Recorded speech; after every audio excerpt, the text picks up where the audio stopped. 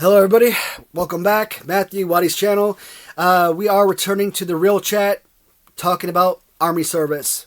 So, the last video, we kind of discussed first arriving to Fort Benning, Georgia, home of the infantry, for basic training, talk about in-processing, and pre-processing before you go downrange to your official unit. And I spent a lot of time discussing my personal negative experiences by going through rifle ranges. And I spent too much time, I think, talking about that I didn't spend enough time talking about other factors. So when you think about Army service, and I think I mentioned in the first video, when I was first talking to an Army recruiter, and, he was like, gave me this for money type of stupid look. And I said, when I got my first job at 16. So I turned 16 in February of 01. And I got my job at the first week of July, like July 4th or something. And I worked that job. So it was in between freshman year and sophomore year. And I worked that job up until I graduated high school.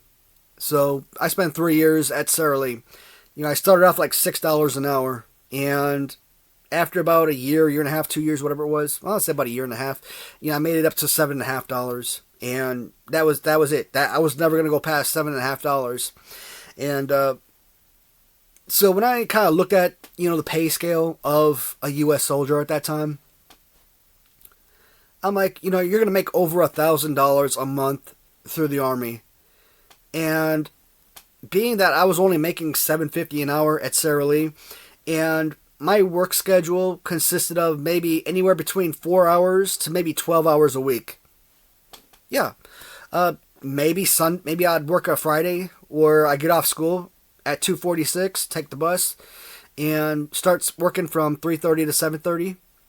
Maybe I worked that Saturday, 2 to 6:30, and sometimes I'd work Sundays, 10 to 4:30. Why? Because the store closes at 7 during the week, closes at 6 on Saturdays, closes at 4 on Sundays. So Friday, Saturday, Sunday was really the only days I ever worked. And if I worked that Friday, I might work that Sunday, but not Saturday, or I just might work a Saturday, and that's it. So, like I said, when I hear that, you're going to make over $1,000 a month in the Army, to me, that was like, my mind was blown. Like, that, to me, was an astronomical amount of money. I basically go from, like, $200 a month, maybe $300 a month, working at Sara Lee, to being in the Army and making over $1,000. Yeah, that was, I thought I was going to be rolling in the dough. And, pay for me, because I had 4 years of JROTC, if you have 3 years or more of ROTC, you're an automatic E3 private first class in the Army. So I went into basic training as E3, so I already had rank. And I think after taxes and everything, I think my take home every 2 weeks was $550. Again, you might think, well, that ain't crap. Considering that at $550 in 2 weeks of work, compared to being in Sara Lee, where I made like $300 for the entire month, that was everything. I mean, I already turned a profit there, and that doesn't even include the second paycheck. So I'm gonna spend a little bit of time in this video before I kind of continue on with basic training, or possibly going past that in this video. Military service. $1,100 for a soldier, basically, back in 2004. Now, every year or every so often, Congress approves pay increases.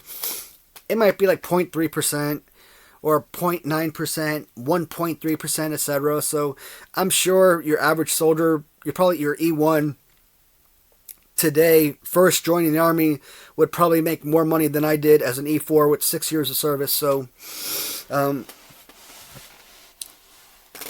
I think after 6 years, I topped out at about, I don't remember, I think $2,000, because I was getting like $1,000 a paycheck, so I was making $2,000 a month when I was in the Army, towards the end. And I lived on post, so that's the reason why I didn't make any more. But yeah, I don't want to jump the gun, so I'm not gonna talk about that just yet. But you think about it, life insurance, you pay like $30 a month, and you have like, at the time it was 250,000, and then it went up to 400,000.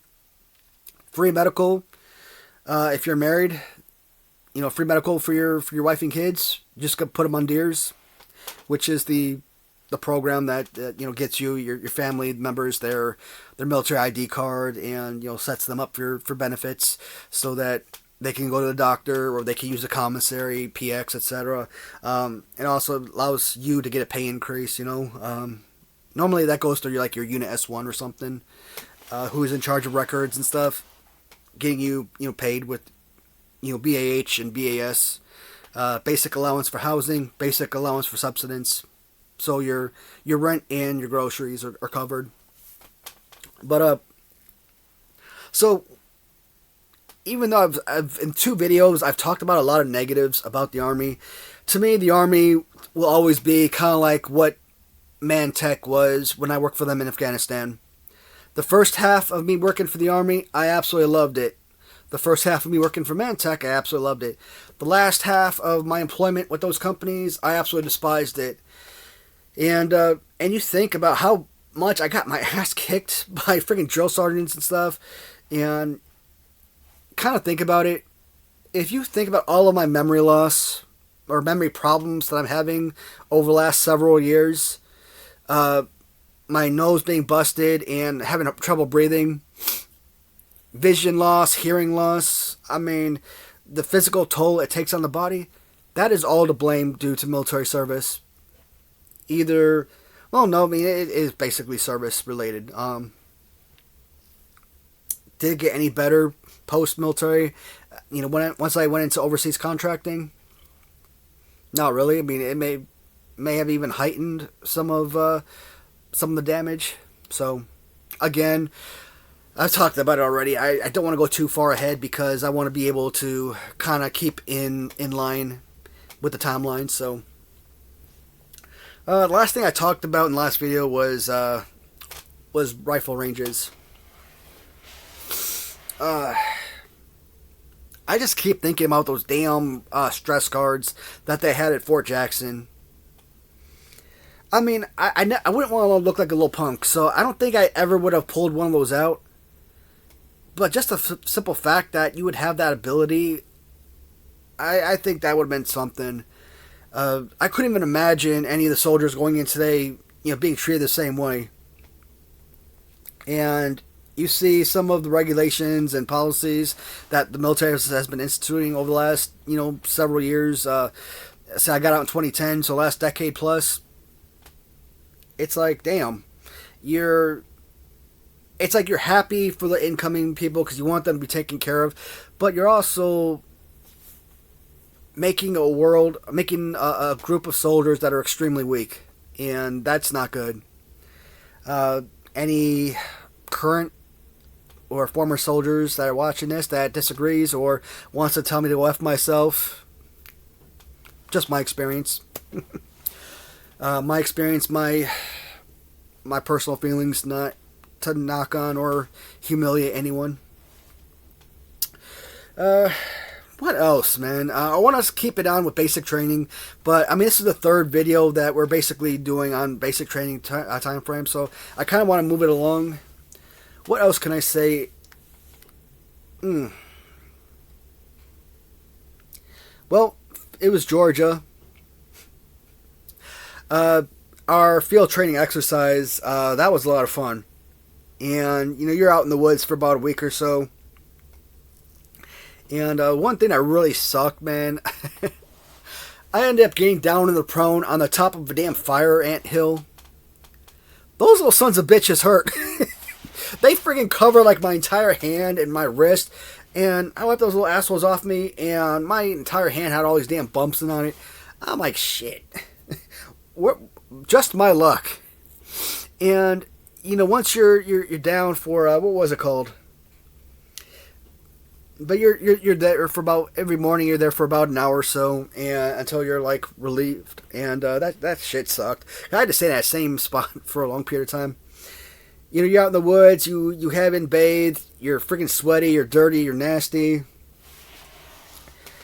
and you're covered in dirt, and you know you're eating MREs, or if they are serving you some kind of lunch, you're putting all the slop together with your dirty ass hands, and I'm like, damn, no utensils. So yeah, they really want to make you, you know, punish you, make you really work hard for that stuff.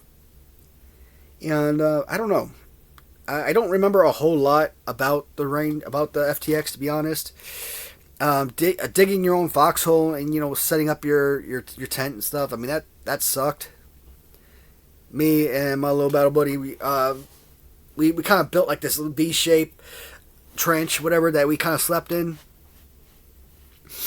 And you'd have to do like fire guard or whatever at night. So yeah, up until like a certain time before you could actually go to sleep, or you'd have to like take turns pulling guard duty and stuff. Oh, back at the main barracks. It's kind of funny. One of those son of a bitch OCS motherfuckers.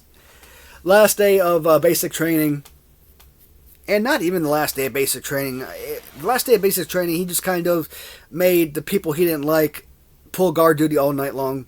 So it was only like 2 or 3 of us. But even before then, that motherfucker used to put me on goddamn on guard duty every freaking night. And up until I'd say recently, it was at a point where I was not accustomed to staying up all night. And so I was probably falling asleep, or at least dozing pretty heavily. You know, eyes go up and down, trying to walk around and trying to keep my eyes. And I'm walking around and my eyes are just like, I'm not accustomed to that crap. So it's when they say you go overseas and you know, you meet different people, different cultures, and how you say it's a culture shock. Military is no different from your everyday life. Your civilian life compared to your military life, it's a culture shock. It's going to expand you into things that you're not accustomed to doing. So that was bullshit. I hate that motherfucker. I need to look him up. See what the hell happened to that asshole. Damn. I kind of was thinking about a lot of things I wanted to say last night, and unfortunately, I can't think of anything else really at this point, at least for basic training. I mean, I could always come back to it later on.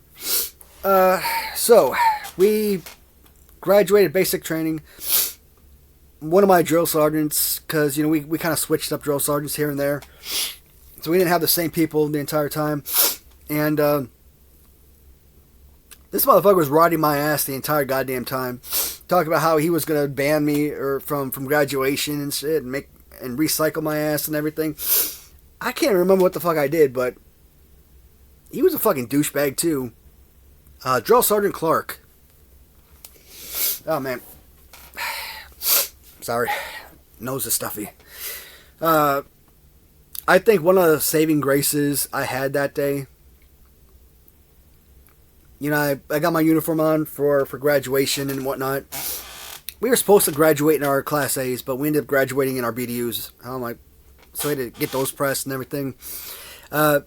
So that man was going to go off on me, I know it. But my wife, who, again, was my fiance at the time, kind of came up on me, and you know, Joe Sergeant Clark was there, and she kind of talked to him and smiled and laughed and everything, and I think he kind of decided to against screwing with me anymore, because, you know, he saw my wife there and didn't want to do anything to kind of like jeopardize her day, because that was as much her day as it was as my day. Oh, that's a damn thing, man. I got these pictures of me and these BCGs. They call them basic combat goggles. They're just ugly brown glasses. We all refer to them as birth control glasses. Because those damn things are so damn ugly. There's not a chance in hell anyone will want to sleep with you who wears those. Oh god, I felt so goddamn nerdy wearing those damn things. Ugh. I mean, they were like big ass Steve Urkel glasses. No, but basic training. There was a lot of shit that I did not like about that. Once I graduated, especially being able to look back and reflect, I could not be more happier that I went to Fort Benning. I was beating the hell out of. Mentally I was abused. Physically I was abused. The things that they expected you to do were like freaking special force related stuff. I mean, like I said, you had a bunch of infantryman level drill sergeants training you, so they're training you to be infantrymen. Everybody who went there were not infantrymen. The infantry units had their own infantry basic training because they kind of put basic training and AIT together because, infantry, you're not going to a school for infantry. Their basic training, I think, was like 13 weeks, but, your average basic training, Army basic training is 9 weeks. If you have a regular MOS. And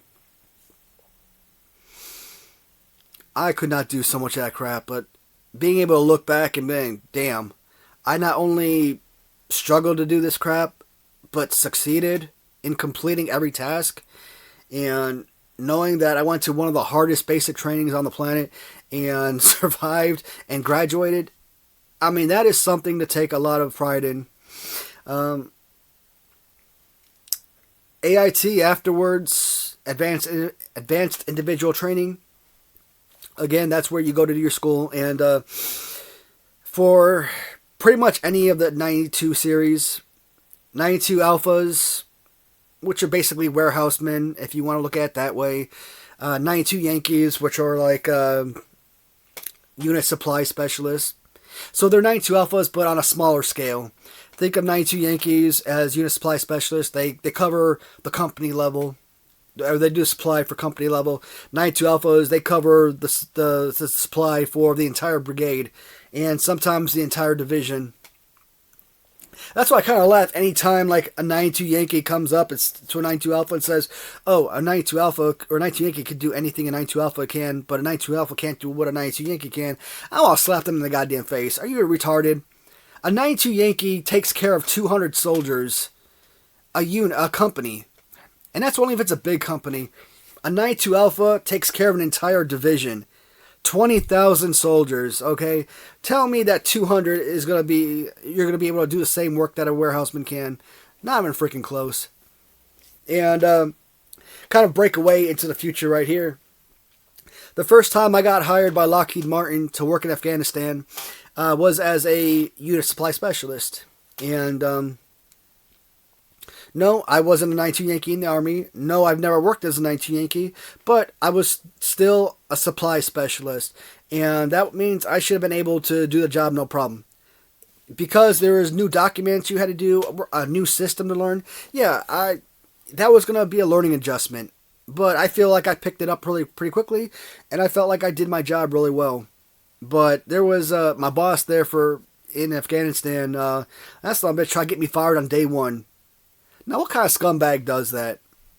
And, a year and a half later, I mean, at that point, I had already learned the system and was exceeding. I mean, but I ended up coming home and getting hired by Raytheon and moving from Texas to Kentucky. So I think in the end it worked out. And it's funny because in 2020,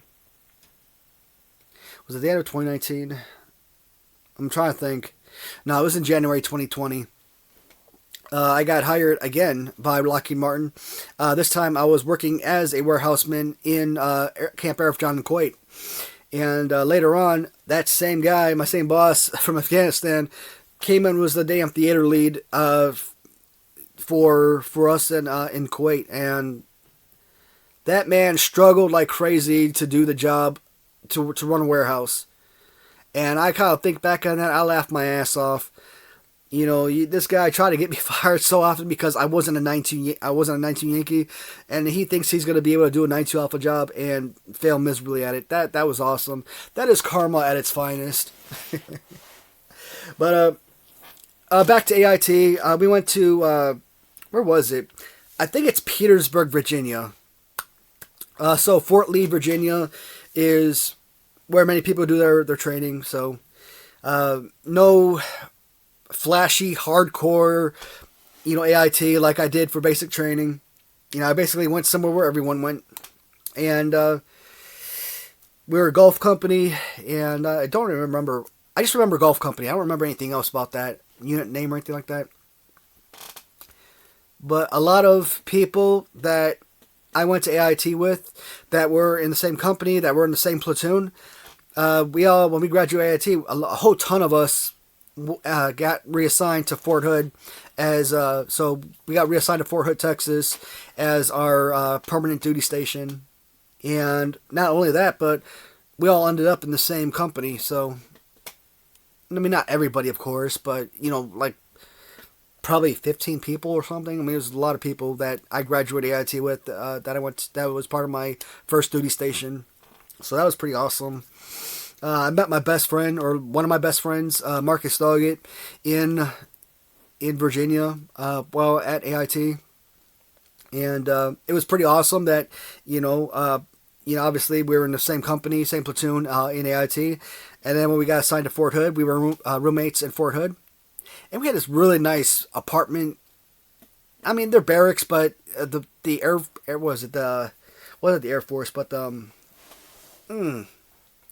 forget what they call those barracks, but they were like nice brick buildings, beautiful, like actual apartment looking building. And then they moved everybody out of those barracks and put them in this area closer to the unit, which was like absolute crap. I'm so glad that, because I got married in March of 2005. And at that point I had been in Fort Hood for about 3 months. Again, I'm going too far ahead. AIT, I mean, I don't really think there's a lot to say about AIT. I mean, because I was a 9-2 Alpha, that was 13 weeks of training. Now, depending on what your MOS is, your AIT, like if you were, I forget the MOS name, but if you were a laundromat services, and yeah, that's what they used to have. They had to have people that actually clean laundry, and that was your MOS. I don't know if that MOS exists anymore. I doubt it. But that was an MOS. I think it's all civilian now, but I mean, that could be like 3 or 4 weeks. Whereas if you were like a medic or something, you might have to go to AIT for like 6 months or a year and a half, something like that. So they've got super crazy long schooling for certain MOSs. And at 13 weeks, I mean, that's pretty darn long itself. But even though AIT, you're still under the watchful eye of drill sergeants and whatnot, it is a whole lot more dialed down, though. Like, I went from being a really shitty soldier in basic training, or at least I felt that way, because I was always getting screwed with, and maybe it was as simple as, they enjoyed screwing with me because I was a smaller guy. But once I got to AIT, I mean, I kind of excelled, and wasn't the most perfect. I mean, I had my hiccups here and there, but I mean, there was like nothing super bad or anything about it. I mean, I really, for the most part, I enjoyed AIT. I mean, 13 weeks being away on top of the 10 weeks I'd already spent, or 11 weeks, whatever it was, that I spent away from the family. So, that sucked. But one of the people I was, one of my oh man, I'm forgetting the words. It just shows you how much memory loss I expect. No, that has nothing to do with it. One of the guys in my unit, he had a cell phone, and in AIT you were allowed cell phones. Yeah, usually you can only pull them out at night, after hours. But and I was able to call my wife and talk to her for like half an hour or whatnot here or there. So that really helped a whole lot. Like I said, AIT. I mean, AIT was a lot of fun. I couldn't pass my damn PT test. I could never pass my run, and there's like this field that we ran on, where like the ground was like soft rubbery clay or something. I can't describe it, but it's like a nice little track, and you step on that, it feels like you're floating on air, And I'm like, oh hell yeah, this. I'm going to make it around here in no time. And I think you had to do like 16 reps around the track, and for 2 miles. And for me, being 19 years old at the time, I think my run time had to be like 15:54. Going into AIT after being smoked like crazy in freaking basic training, I mean, I actually had some abs. I actually had built muscle up, and my calves were like freaking big. And so I'm like, okay, I could do this, no sweat. I get to AIT, I still struggle with my run, and I will never be known as a runner. And I don't remember what week it was. Probably like the 7th or 8th week of AIT, 9th week, 10th week. I don't remember.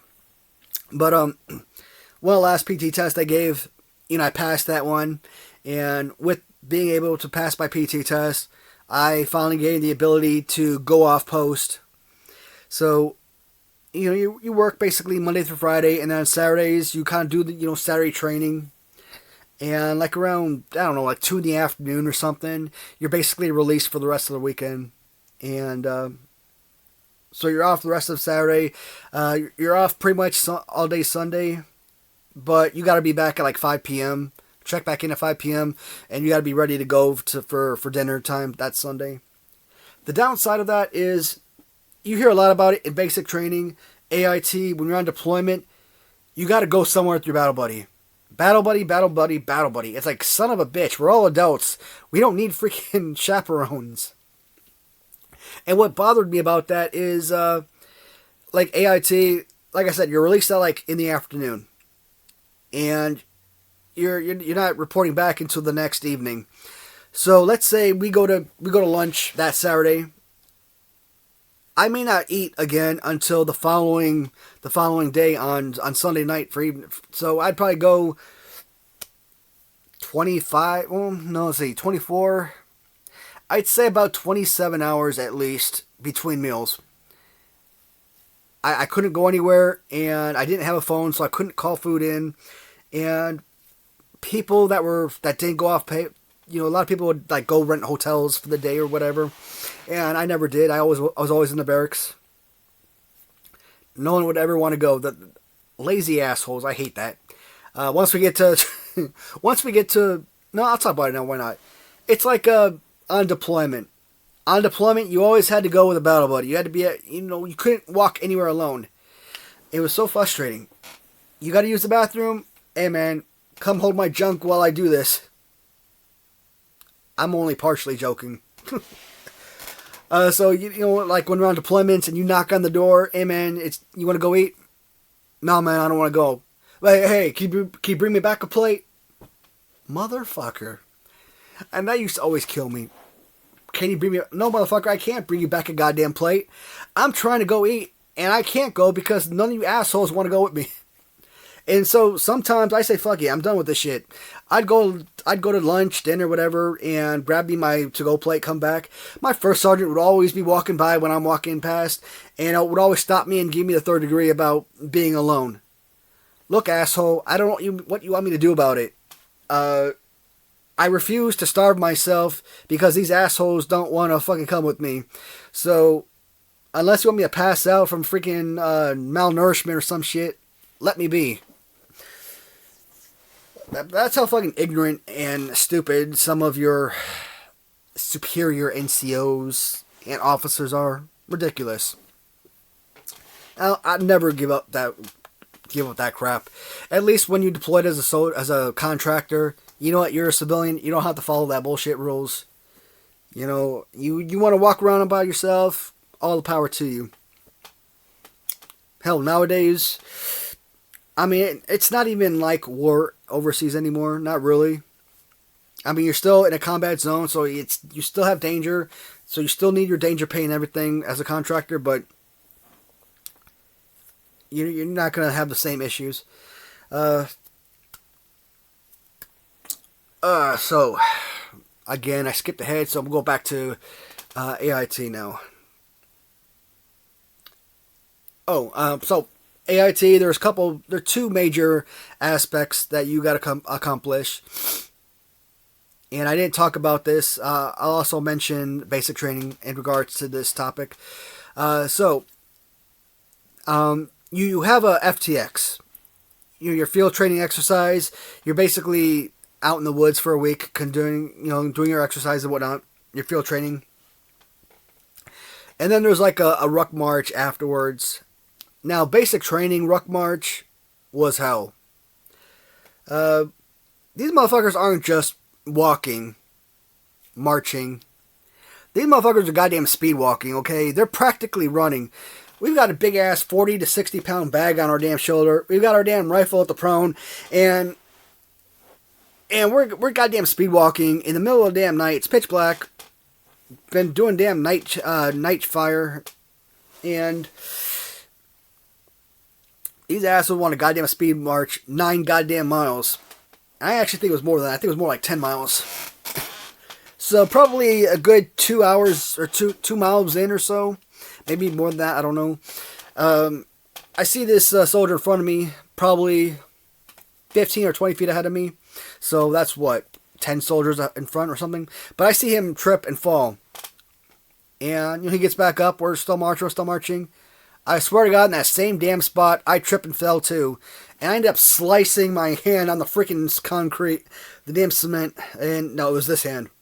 Because you could still see the little scar, on little white line stripe on my hand where I tore open my skin.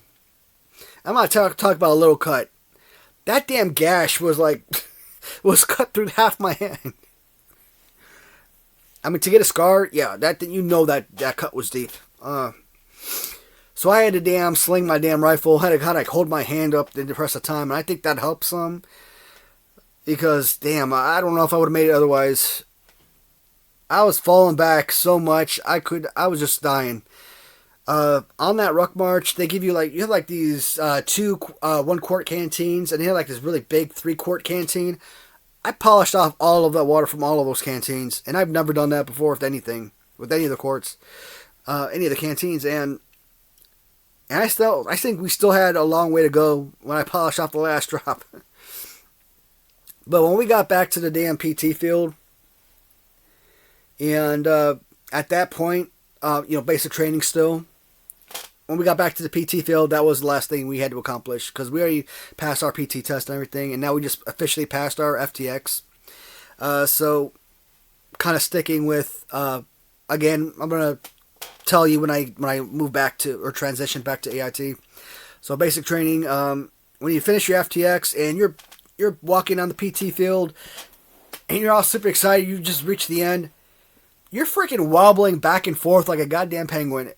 You're basically walking on the sides of your feet because you cannot walk on the toes or heels of your feet anymore because they are throbbing in so much pain that you don't have the ability to. And I looked over and I wasn't the only one wobbling like a penguin either. So I was at least happy about that. But that right there was a goddamn accomplishment. I had to go to sick call the next morning. And I got screwed up.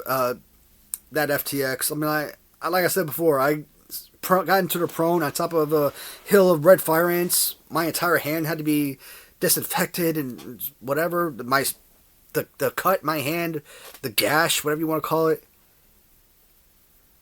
And then God says to you, you know what? I know you're pretty injured. I'm going to send you the code too. I'm like, son of a bitch. What a nice way to rub it in. To a bad day or to a that was some crap right there. Last week of basic training, it's not really training anymore. Your last week of basic training, you're just cleaning TA-50 and you're cleaning your weapons and stuff. So, you're moving lockers around, you're scrubbing the floors. There was this big beautiful mural, that giant mural we painted on the floor of our barracks. We had to sit there and scrub that paint off. That shit sucked. That was beautiful. I don't know why they had to destroy that. AIT now, kind of moving back to the AIT section. We had underclassmen, and they had to go to FTX first because we were in the process of taking our 92 Alpha, test. And I remember when we finished, and then he got back from the FTX.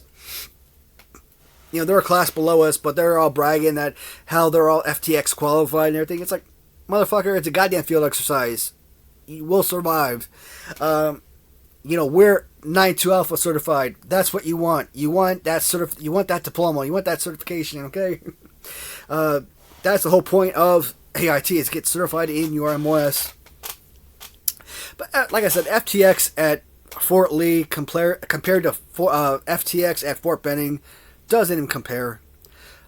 I think the worst thing about Fort Lee is because we went to our FTX, it was probably November, and either late November, early December, I don't remember, but I'm going to say late November, and it's freaking freezing cold in Virginia in November, okay? I'm in my tent, it's morning time, we're all sleeping on the cots and shit. I'm inside did I have a sleeping bag? I don't remember if we had a sleeping bag or not. I think we did. But I'm like wearing my damn summer BDUs and stuff. Mostly because my winter BDUs, I never wore them. Summer heat in Georgia, you were never going to put on your winter BDUs. The only time I ever did that was on night watch, on night guard duty. And since I like keeping things neat and pristine, I didn't want to wear them because I didn't want to ruin them or take away that crisp and perfectness of the uniform. So even back in 2004, that's where my mind is. It really has not changed in the last 19 years. Then moving forward, I'm freezing my ass off out there. That shit sucks. Every morning you'd have to get on the prone, you weapon out, pulling guard on, I don't know what the hell we were supposed to be guarding, but we got to sit out there for like an hour until the alarm goes off, says, hey, we're clear to be relieved from our position. I really don't remember a whole lot about AIT, FTX, to be honest. And afterwards, of course, you had your ruck march from the field back to the unit. And their FTX was super freaking easy. I mean, their ruck march, like they kind of like walked in circles around the blocks a few times. I don't know how many mileage that was, but I mean, it was, like I said, it was relatively easy, and that was super exciting. And I remember being on the PT field back at AIT. And once we all graduated and everything, and well, not graduated, but once we passed everything, they started handing out these letters, basically telling, assigning each soldier to their next unit, to their permanent duty station. And some guys got Fort Drum, New York, and they'd be laughing at them like, hey, you got to freeze your ass off because Fort Drum apparently is nothing but snow. And then the guys who were assigned to Fort Hood, Texas, like we were laughed at. Because I guess Fort Hood for the long time had been known as like murder capital of the world or something. I don't know. Like all this crazy shit was happening at Fort Hood. But when I got to Fort Hood in December of 2004, I lived in Fort Hood up until I got out of the Army in May 2010. My wife and I, we went back to Chicago for a couple months until I got my overseas contracting job. And then a couple months after that, she moved back to Killeen, Texas, Fort Hood, Texas, and bought our first house out there. So, all in all, up until December of 2017, we lived in Texas. So we lived in Chicago for 19 years of my life. We lived in Killeen for 13 years of my life, and the last 6 years. Yeah, last 6 years we've spent here in Kentucky. So you can really say more than that because that would only count for 38 years. But I'm going to be going into my age 39 in a couple months. So, damn, where are we at? Okay, this video. Wow, this video far exceeded the last two videos. Almost doubled up the last two videos. So I am going to shut up. I'm going to end the video here, guys. I'm still going to stay down here and make more videos. You'll notice each video I post will have the same look because I'm just filming these videos back to back. So much to talk about, and I know I've missed a lot of things, but we'll see what happens. How I feel about posting these videos. As always, guys, please leave any comments, feedback. You know, if you want to hear me stop cursing. Sorry, you know how I get pumped up when I talk about military, my military days. All right, so I guess next up is we're gonna talk about Fort Hood, and as it leads up to my first combat deployment. So that'll be in the next video. All right, guys, thank you so much for watching. I will talk to you later.